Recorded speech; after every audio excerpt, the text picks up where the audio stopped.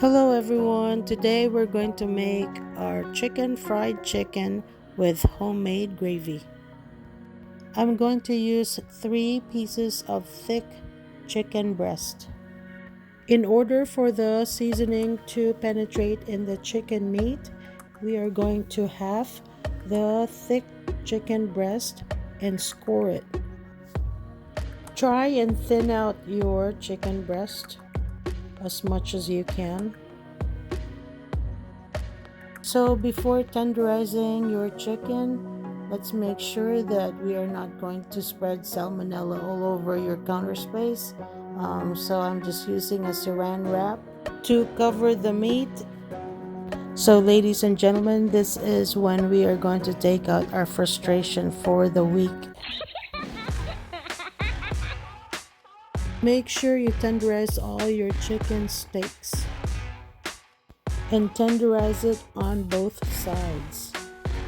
Let's season our chicken. So I have a tablespoon of salt, a tablespoon of pepper, a teaspoon of ground ginger,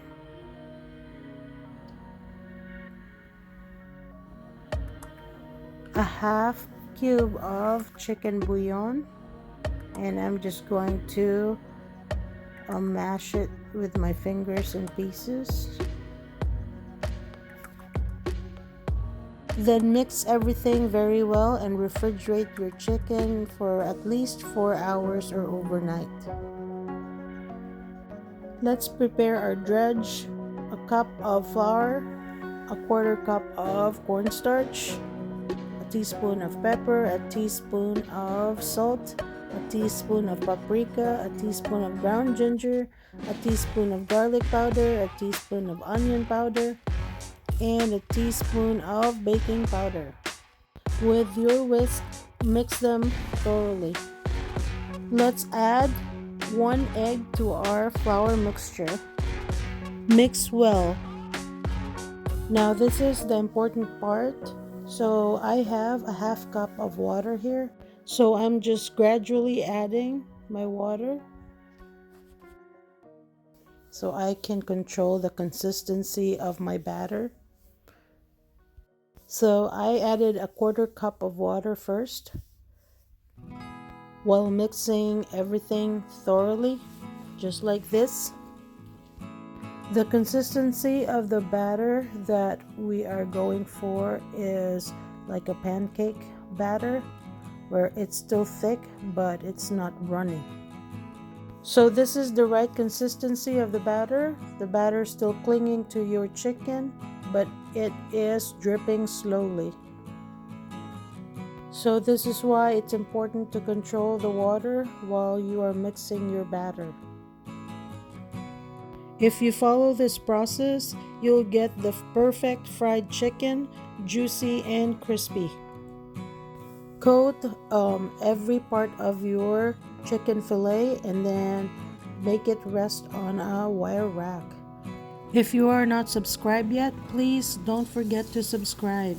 Your oil should be at medium heat so it won't burn your chicken fast. Fry your chicken until it's golden brown, but it should be flipped over every 2 minutes to prevent from burning. Keep on turning your chicken so it won't burn on each side. This is how it should look like. Once our chicken fillets are done frying, we will put them on a wire rack to drain while we will make our homemade chicken gravy. Shout out to my new subscriber, Tina Dill. In a saucepan, melt 2 tablespoons of butter. Once the butter is melted, add in your half cube of chicken bouillon. Stir until the chicken bouillon is all dissolved. Let's make our slurry. First, we will dissolve a tablespoon of cornstarch in a cup of water. Add this to your butter and chicken cube mixture. Mix them together. Then add a tablespoon of soy sauce. and a cup of milk. Next, we'll be adding our brown sugar, a tablespoon of brown sugar,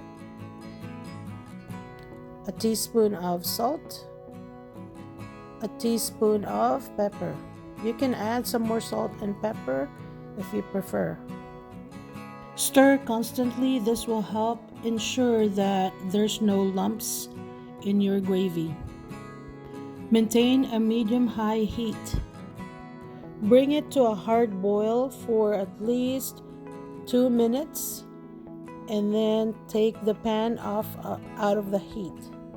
Let your gravy cool down. As the gravy cools down, it will also thicken.